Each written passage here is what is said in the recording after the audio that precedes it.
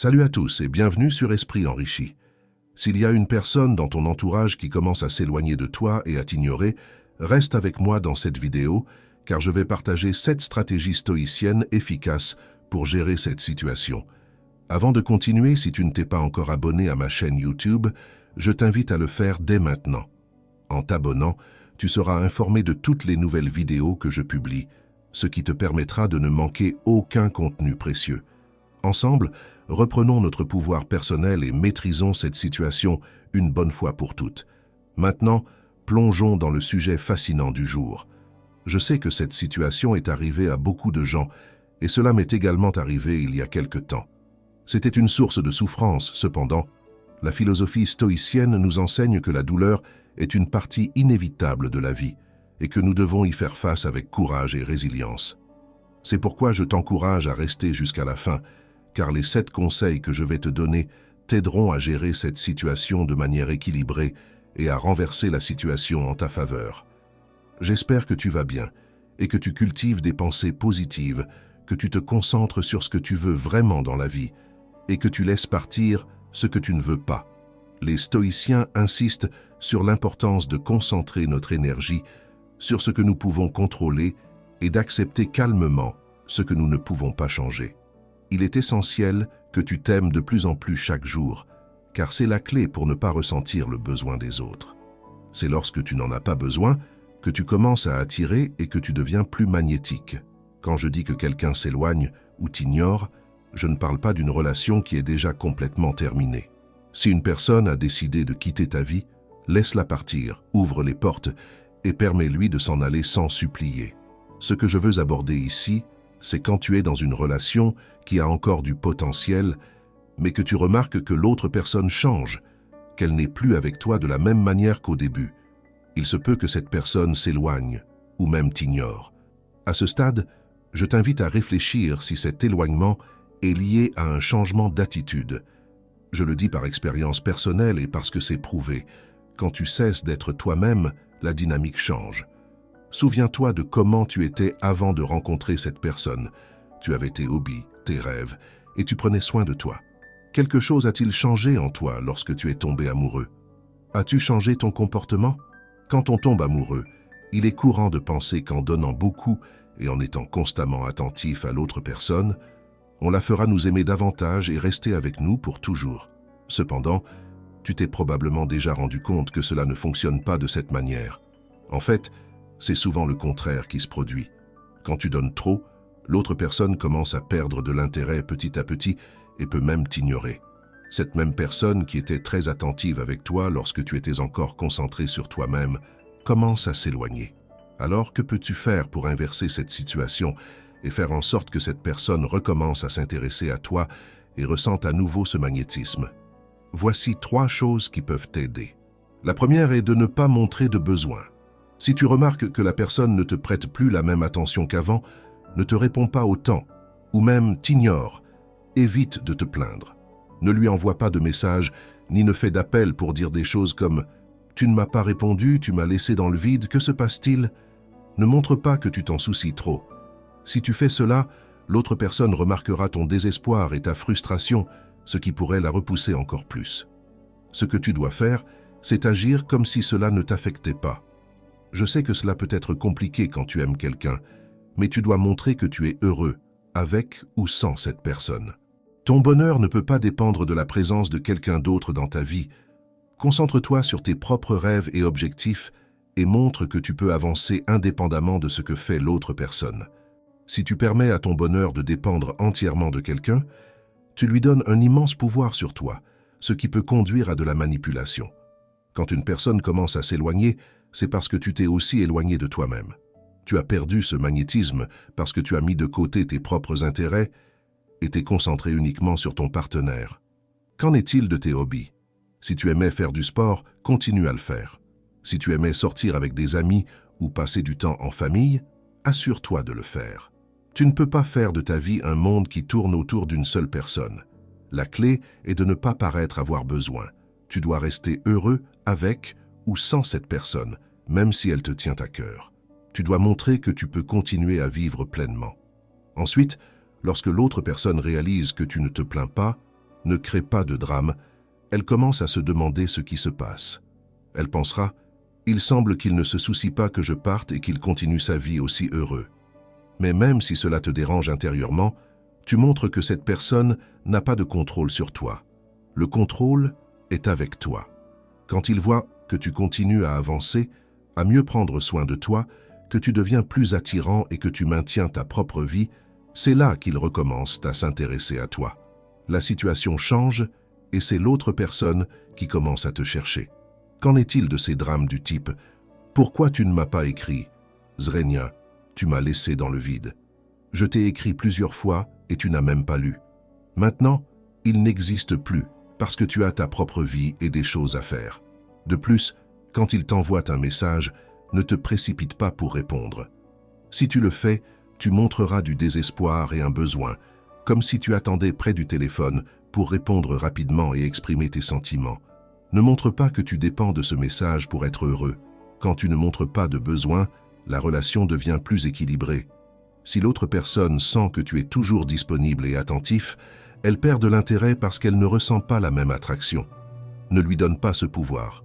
Montre que tu as ta propre vie et que tu es heureux avec ou sans cette personne.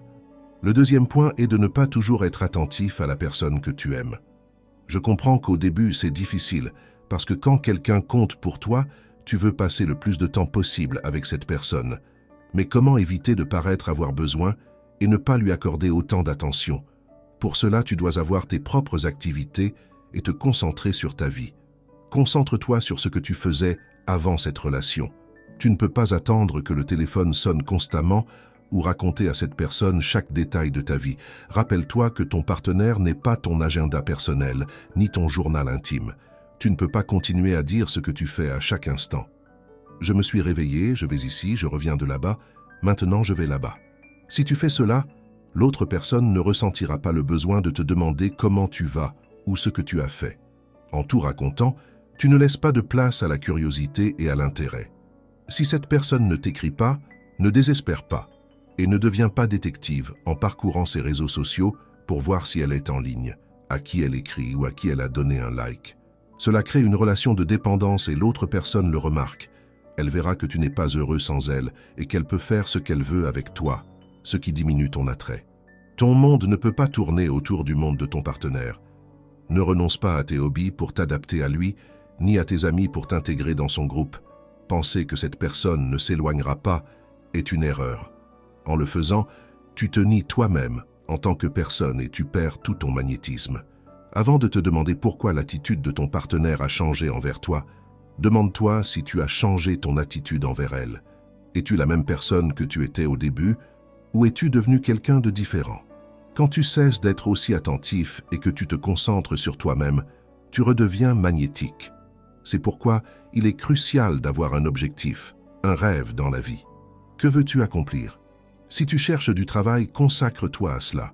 En te concentrant sur tes propres objectifs, tu deviens plus attirant et l'autre personne le remarque.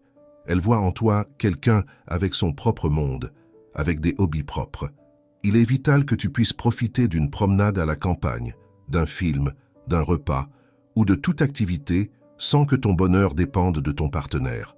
Bien sûr, tu es heureux avec ton partenaire parce que tu l'aimes, mais tu devrais aussi pouvoir être heureux sans elle. Beaucoup de gens confondent l'amour avec la dépendance. Ils pensent que si leur être cher n'est pas à leur côté, ils ne peuvent pas être heureux ni profiter de la vie. Ce n'est pas de l'amour. C'est de l'attachement et de la dépendance, et ce n'est pas une relation saine. Il est essentiel de différencier l'amour de la dépendance pour avoir une relation saine. Bien sûr, tu peux être heureux avec ton partenaire, mais tu devrais aussi pouvoir être heureux sans elle. Si ton partenaire se rend compte que tu ne vas pas bien sans sa présence, que tu as désespérément besoin de ses messages et de partager la majorité de ton temps avec elle, parce que sans elle, tu as l'impression de ne pas avoir ta propre vie, cela peut finir par l'étouffer. Cette pression peut la faire s'éloigner, t'ignorer et finalement mettre fin à la relation, te laissant le cœur brisé. Cela arrive parce que l'autre personne se sent étouffée et piégée. Je parle de cette situation avec une telle clarté parce que je l'ai vécue et en ai souffert. J'étais la personne dépendante qui, par peur d'être seule et de me faire briser le cœur, finissait par étouffer mes partenaires. Au final, cette peur est devenue réalité parce que je me suis négligé, pensant que si je donnais trop, l'autre personne ne partirait pas. Mais c'est tout le contraire qui s'est produit. Voici donc la troisième chose. Dose ton amour. Cette recommandation a aidé beaucoup de gens. Au lieu de tout donner d'un coup, distribue ton affection de manière équilibrée. En faisant cela, non seulement tu évites d'étouffer ton partenaire, mais tu maintiens également l'intérêt et l'attraction dans la relation. Il est essentiel que tu apprennes à t'aimer toi-même et à ne pas dépendre émotionnellement de quelqu'un d'autre pour être heureux. Si tu donnes tout d'un coup, si chaque fois que cette personne te dit qu'elle a besoin de quelque chose, tu te précipites pour satisfaire ce besoin, même en sacrifiant ce dont toi-même tu as besoin, tu perds ton magnétisme. La première personne que tu dois prendre soin et aider, c'est toi-même. Il est fondamental d'aimer ton partenaire, bien sûr, mais l'amour n'est pas une question de quantité, mais de qualité. Il ne s'agit pas d'aimer beaucoup, mais d'aimer bien. Une relation saine doit être équilibrée, sans excès, sans besoin constant, ni plainte. Doser l'amour signifie que tu aimes, mais sans t'oublier toi-même. Tu ne dois pas constamment te sacrifier ni te retrouver sans rien pour tout donner à l'autre personne. Bien aimer quelqu'un implique de prendre soin de soi d'abord. Ne prends pas des choses dont tu as besoin pour les donner à l'autre personne. Ne t'annule pas en pensant que tout donner garantira l'amour de l'autre personne. Le véritable amour et respect commencent par soi-même. Pourquoi cela arrive-t-il? Parce que tu donnes trop et mets de côté des aspects importants de ta vie qui te rendaient auparavant attirant et magnétique. Cette personne est tombée amoureuse de quelqu'un qui avait sa propre vie, avec des hobbies et des intérêts. Mais à mesure que tu tombes amoureux, si tu n'as pas appris à t'aimer toi-même, tu commences à te sacrifier et à te laisser aller, pensant que l'amour, c'est tout donner. Si tu n'as pas encore appris à t'aimer toi-même et que tu crois que l'amour consiste à mettre l'autre personne au-dessus de tout le reste, y compris tes propres besoins, alors tu as un problème de dépendance émotionnelle. Quand quelqu'un entre dans ta vie, tu t'oublies pour te concentrer sur cette personne, pensant que tu ne peux aimer que si tu es avec quelqu'un et que tu ne peux pas être seul. Si tu te trouves dans cette situation, la première chose à faire est de te détacher de la relation et de te concentrer sur toi-même. Tu as besoin de te soigner et d'apprendre à t'aimer toi-même. Tant que tu ne le feras pas, tu continueras à répéter la même histoire avec des personnes différentes, mais avec la même dynamique. Tu te demanderas pourquoi. Si tu es si gentil et que tu donnes tout, l'autre personne s'éloigne. La réponse est que dans l'amour, être une bonne personne ne suffit pas. Il est nécessaire de comprendre et de respecter certaines règles du jeu. Tu ne peux pas être tellement attentif à l'autre personne que tu t'oublies toi-même.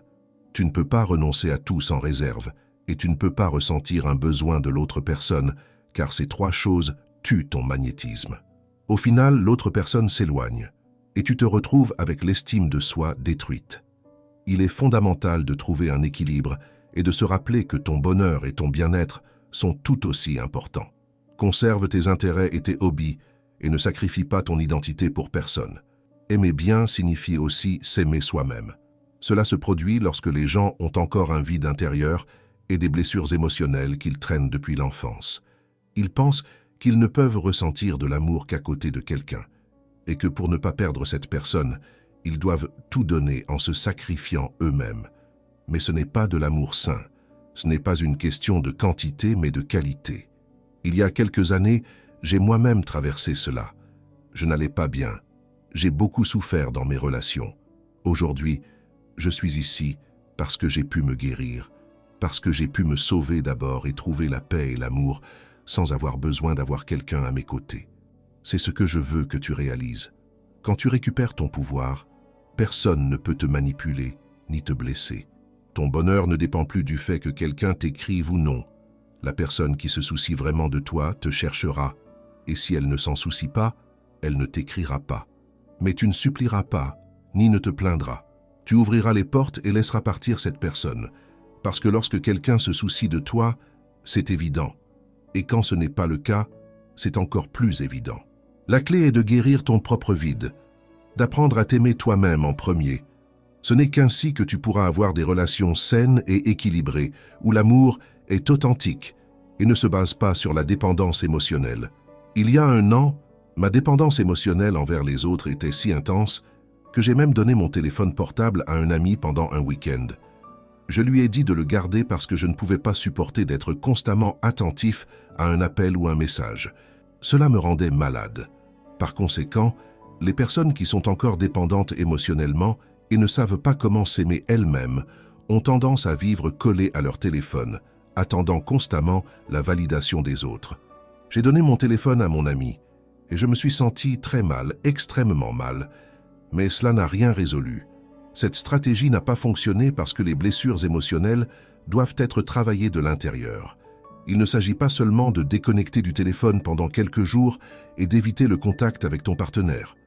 Les blessures qui causent la dépendance émotionnelle sont profondes et doivent être abordées à leur source. Il est important de comprendre d'où vient cette dépendance. Dans mon cas, ces blessures remontent à l'enfance. Peut-être comme moi, as-tu manqué la présence d'un parent ou peut-être as-tu été surprotégé. Ces expériences te font chercher constamment l'attention des autres parce que tu sens qu'il te manque quelque chose et que tu crois que tu ne peux pas être seul. Guérir ces blessures implique un travail personnel profond. Tu as besoin d'identifier la source de ta dépendance émotionnelle et d'apprendre à combler ces vides par toi-même. La vraie liberté et le bonheur viennent d'apprendre à t'aimer toi-même et à être bien avec toi-même sans avoir besoin de dépendre de la validation des autres. Par conséquent, si tu veux devenir magnétique et faire en sorte que tes relations fonctionnent et que l'autre personne veuille être avec toi, tu dois guérir tes blessures et apprendre à t'aimer toi-même en solitude. Prends le temps de ne pas ressentir le besoin, de sorte que lorsque la vie te présentera quelqu'un de nouveau, tu ne répéteras pas les mêmes schémas de comportement. Si tu ne te guéris pas intérieurement, tu répéteras inconsciemment les mêmes actions encore et encore, jusqu'à ce que la douleur t'oblige à chercher une solution. Beaucoup d'entre vous m'écrivent en disant qu'ils apprécient mes vidéos, mais ensuite, ils continuent d'agir de la même manière. Pourquoi cela arrive-t-il? Parce qu'ils ont des blessures profondes qui ne peuvent pas être résolues simplement en regardant une vidéo. Guérir ces blessures demande un travail quotidien et constant, tout comme je l'ai fait. Il est facile et confortable de regarder une vidéo, mais ce qui transforme vraiment, c'est de consacrer du temps chaque jour à travailler sur soi-même, à lire des livres de développement personnel et à identifier et guérir ses blessures. C'est ce qui produit un réel changement. Les gens ne changent pas en faisant toujours les mêmes choses. Ils changent quand ils agissent différemment, même si c'est inconfortable. Même si cela ne te plaît pas, tu dois sortir de ta zone de confort et affronter tes propres faiblesses pour grandir et te transformer. Par conséquent, si une situation te fait souffrir et que tu veux changer, tu dois travailler pour augmenter ton amour-propre et la confiance en toi. En construisant cette sécurité et cette confiance, tu connaîtras ta valeur et tu cesseras de commettre ces erreurs. Lorsque tu entres dans une relation, tu ne te laisseras pas de côté ni ne seras trop attentif à l'autre personne, parce que tu comprendras que la première personne à laquelle tu dois prêter attention et que tu dois aimer, c'est toi-même. À partir de cette plénitude, tu pourras partager ton amour sans dépendre du téléphone, sans te sacrifier constamment pour l'autre personne.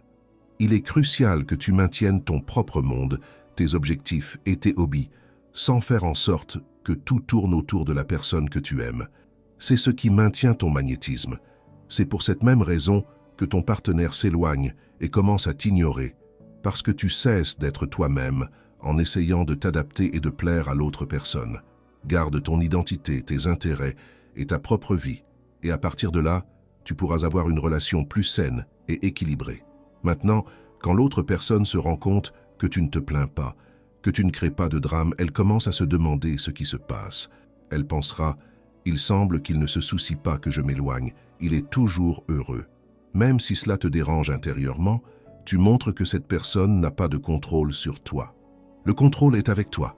Quand il voit que tu continues à avancer, à prendre soin de toi, à devenir plus attirant et à maintenir ta propre vie, c'est là qu'il recommence à s'intéresser à toi. La situation change et c'est l'autre personne qui commence à te chercher. Maintenant que tu connais ces stratégies initiales, explorons 4 stratégies supplémentaires qui t'aideront à reprendre encore plus ton pouvoir et à gérer cette situation de manière encore plus efficace. Ces stratégies sont essentielles pour approfondir ta compréhension et renforcer ta position. Reste avec moi pour les découvrir toutes et transformer ta vie amoureuse. Stratégie de l'autosuffisance stoïcienne. L'autosuffisance est l'un des piliers fondamentaux du stoïcisme et peut être un outil puissant pour faire face à la situation où quelqu'un commence à s'éloigner et à t'ignorer. La philosophie stoïcienne nous enseigne que nous devons chercher le bonheur et l'épanouissement en nous-mêmes, plutôt que de dépendre de facteurs externes ou d'autres personnes. Cela est particulièrement important lorsque nous sommes confrontés à la douleur émotionnelle de voir quelqu'un s'éloigner. Imagine une personne qui est comme un rocher ferme et inébranlable. C'est l'idéal stoïcien. Peu importe ce qui se passe autour d'elle, elle reste stable et forte, car sa force vient de l'intérieur. Pour appliquer cette stratégie, il est crucial que tu commences à cultiver cette même force intérieure. D'abord, concentre-toi sur tes propres activités et intérêts. Lorsque quelqu'un s'éloigne, il est facile de tomber dans le piège de l'obsession, de penser constamment à ce que tu as mal fait ou à ce que tu pourrais faire pour récupérer son attention. Au lieu de cela, redirige cette énergie vers toi-même. Adopte des hobbies que tu aimes. Consacre-toi à apprendre quelque chose de nouveau ou investis du temps dans un projet personnel que tu as toujours voulu réaliser. Cela non seulement occupera ton esprit, mais renforcera aussi ton autosuffisance. Par exemple, si tu as toujours aimé peindre, achète des peintures et commence à créer. Si tu adores lire, plonge-toi dans les livres que tu as toujours voulu explorer. En participant à ces activités, non seulement tu te distrais, mais tu te reconnectes aussi avec des parties de toi-même que tu as peut-être négligées. Souviens-toi de l'enseignement stoïcien selon lequel le vrai bonheur vient de vivre en accord avec notre nature et de développer nos vertus. De plus, il est essentiel de pratiquer l'autocompassion. Souvent, lorsque quelqu'un s'éloigne, nous avons tendance à nous blâmer nous-mêmes, mais la perspective stoïcienne nous enseigne à accepter ce que nous ne pouvons pas changer et à nous concentrer sur ce qui est sous notre contrôle. Plutôt que de te blâmer, traite-toi avec la même gentillesse et compréhension que tu offrirais à un ami cher.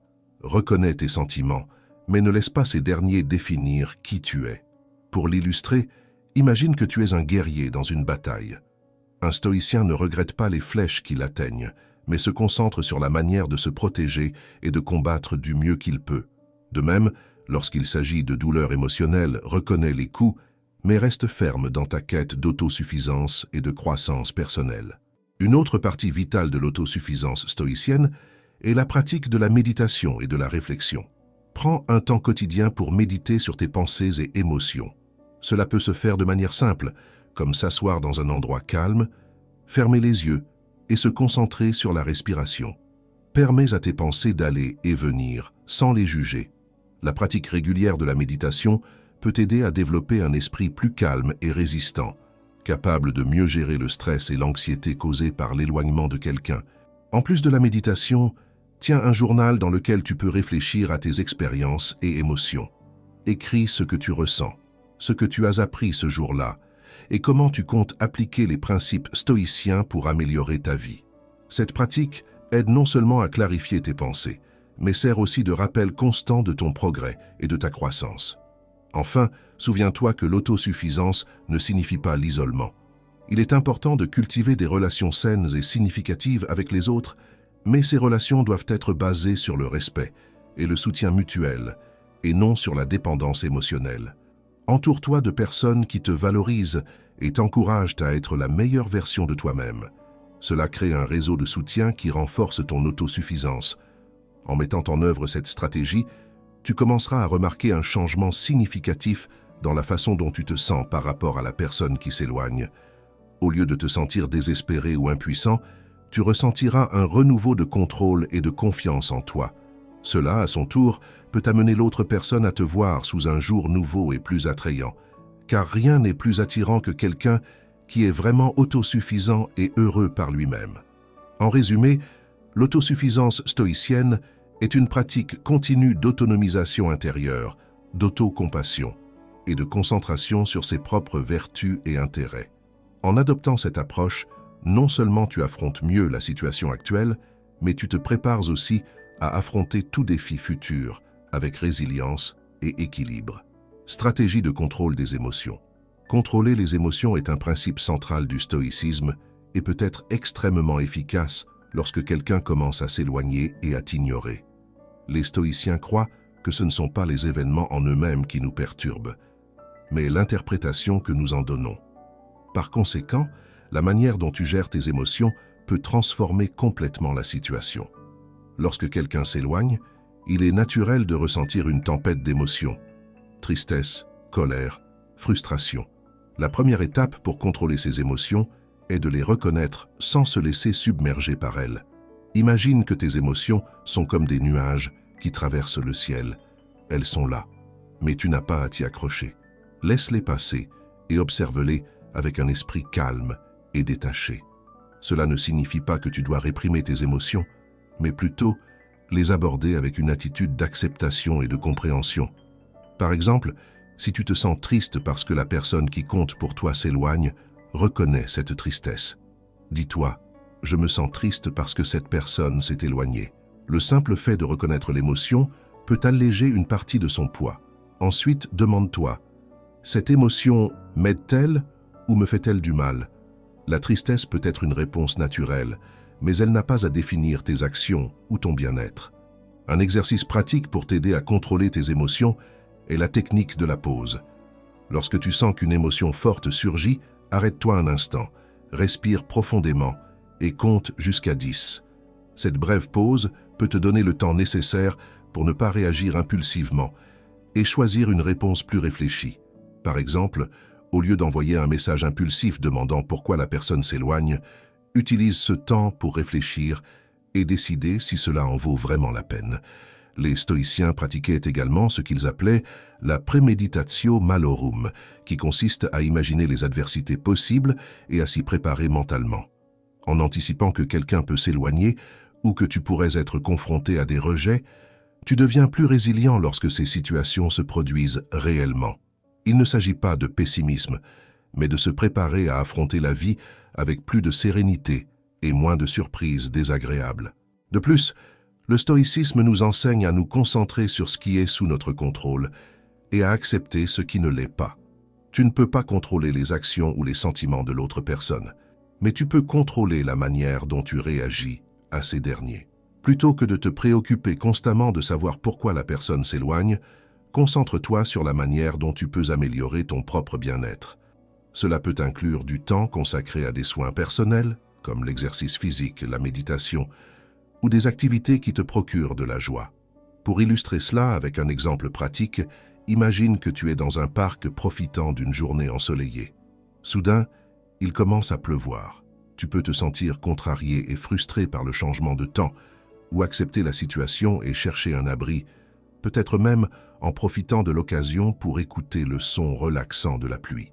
De la même manière, lorsque quelqu'un s'éloigne, tu peux choisir de te complaire dans la tristesse ou accepter la situation et chercher des moyens de te renforcer et d'aller de l'avant. Une autre technique utile est le journal stoïcien.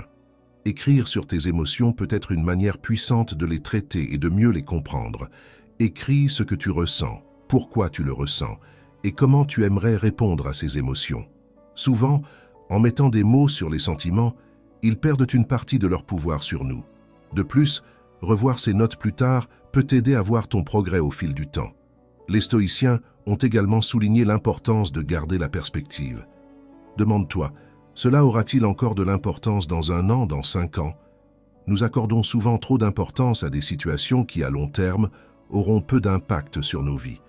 Garder cette perspective peut t'aider à réduire l'intensité des émotions négatives et à se concentrer sur ce qui est vraiment important pour toi. Enfin, rappelle-toi que toutes les émotions, aussi intenses soient-elles, sont temporaires. Tout comme une tempête finit par passer, tes sentiments changeront également avec le temps. Embrasser cette fugacité peut apporter un sentiment de paix et d'acceptation. Contrôler tes émotions ne signifie pas devenir insensible, mais développer la capacité de naviguer dans l'adversité avec plus de sérénité et de clarté. En appliquant cette stratégie, non seulement tu amélioreras ta capacité à gérer l'éloignement de quelqu'un, mais tu renforceras également ta résilience émotionnelle pour faire face à tout défi que la vie te présente. Stratégie d'acceptation stoïcienne. L'acceptation est un concept fondamental dans la philosophie stoïcienne et est particulièrement utile lorsque quelqu'un commence à s'éloigner ou à t'ignorer.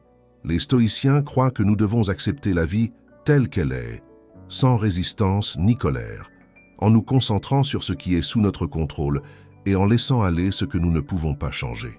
Cette acceptation n'est pas de la passivité, mais plutôt une manière active d'affronter la vie de manière plus équilibrée et sereine. Lorsque quelqu'un s'éloigne, notre réaction initiale peut être la désespérance, la frustration ou la tristesse. Il est naturel de ressentir ces émotions, mais le stoïcisme nous enseigne à ne pas nous laisser submerger par elles. Au lieu de lutter contre la réalité ou d'essayer de changer les sentiments de l'autre personne, accepte ce qui se passe. Cela ne signifie pas que tu approuves ou que tu aimes la situation, mais que tu reconnais qu'elle est ce qu'elle est, et qu'il y a des choses qui échappent à ton contrôle. Par exemple, imagine que tu es dans un bateau naviguant sur une rivière. Soudain, tu te retrouves face à un fort courant qui emporte le bateau dans une autre direction. Tu peux lutter contre le courant, gaspiller toutes tes forces en essayant de ramer à contre-courant, ou tu peux accepter la direction du courant et ajuster ton cap en conséquence. Accepter le courant ne signifie pas abandonner, mais trouver la meilleure manière de naviguer à travers lui. De la même manière, accepter le retrait de quelqu'un te permet de conserver ton énergie émotionnelle pour te concentrer sur ce qui est vraiment important, ton propre bien-être et ta croissance. Une manière pratique de cultiver l'acceptation est par la pratique de la pleine conscience. Prends quelques minutes chaque jour pour t'asseoir en silence et observer tes pensées et émotions sans les juger. Observe simplement ce qui se passe dans ton esprit comme un spectateur regardant un film. Cette pratique aide à créer un espace entre toi et tes réactions émotionnelles, te permettant de répondre de manière plus calme et sereine.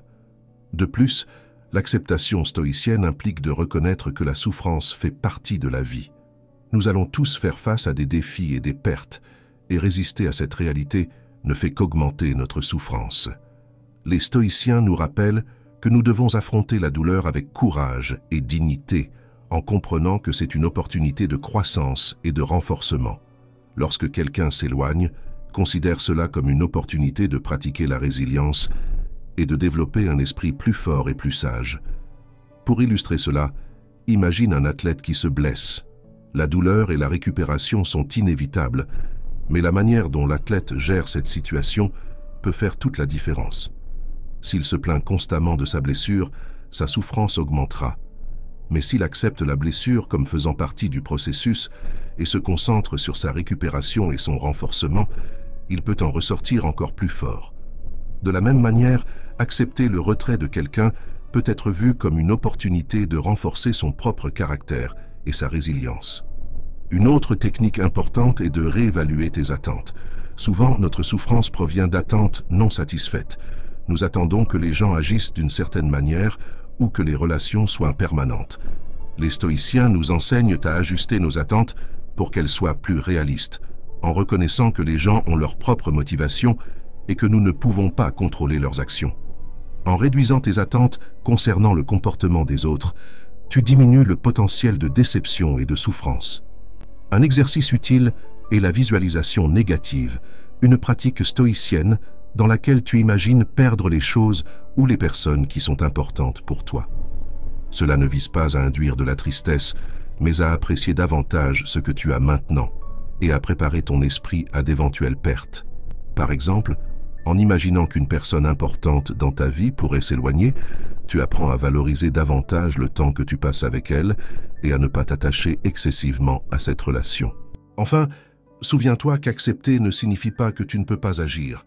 Si tu peux faire quelque chose pour améliorer la situation de manière saine et respectueuse, fais-le. Mais fais-le depuis un endroit d'acceptation, pas de désespoir ou de besoin. Par exemple, si tu penses qu'une conversation honnête pourrait t'aider à résoudre des malentendus, aie cette conversation avec calme et clarté. Cependant, si l'autre personne n'est pas ouverte à cela, accepte cette réalité et continue d'avancer. En résumé, l'acceptation stoïcienne est une pratique puissante pour gérer l'éloignement de quelqu'un. Elle nous enseigne à reconnaître et accepter la réalité telle qu'elle est, à nous concentrer sur ce qui est sous notre contrôle, à ajuster nos attentes et à voir la souffrance comme une opportunité de croissance. En adoptant cette stratégie, tu trouveras une plus grande paix intérieure et résilience, indépendamment des actions des autres. Stratégie de détachement stoïcien. Le détachement est un concept central dans le stoïcisme et est particulièrement utile lorsqu'il s'agit de se détacher de quelqu'un. Les stoïciens croient que nous devons apprécier les personnes et les choses que nous avons dans nos vies, mais sans en dépendre pour notre bonheur. Cette approche nous permet de vivre avec plus de liberté émotionnelle et moins de souffrance lorsque nous sommes confrontés à la perte ou au changement. Quand quelqu'un commence à s'éloigner, il est facile de s'attacher encore plus dans une tentative de s'accrocher à ce qui est en train de nous échapper. Cependant, le stoïcisme nous enseigne à pratiquer le détachement en reconnaissant que toutes les relations et circonstances sont temporaires. La vie est impermanente, et en acceptant cette vérité, nous sommes mieux préparés à faire face aux changements inévitables. Pour commencer à pratiquer le détachement, réfléchis d'abord à la nature transitoire de toutes les choses. Pense à la manière dont toutes les personnes et expériences dans ta vie jusqu'à présent sont venues et sont reparties. Par exemple, pense aux amis que tu avais quand tu étais enfant, aux hobbies que tu appréciais quand tu étais plus jeune, ou même aux endroits où tu vivais. Tout cela a changé avec le temps, et tu as continué ton chemin. Reconnaître cette impermanence t'aide à comprendre que le changement est une partie naturelle de la vie. Le détachement ne signifie pas que tu ne dois pas valoriser ou aimer les personnes dans ta vie. Au contraire, tu devrais valoriser chaque moment encore plus, parce que tu comprends qu'il est éphémère.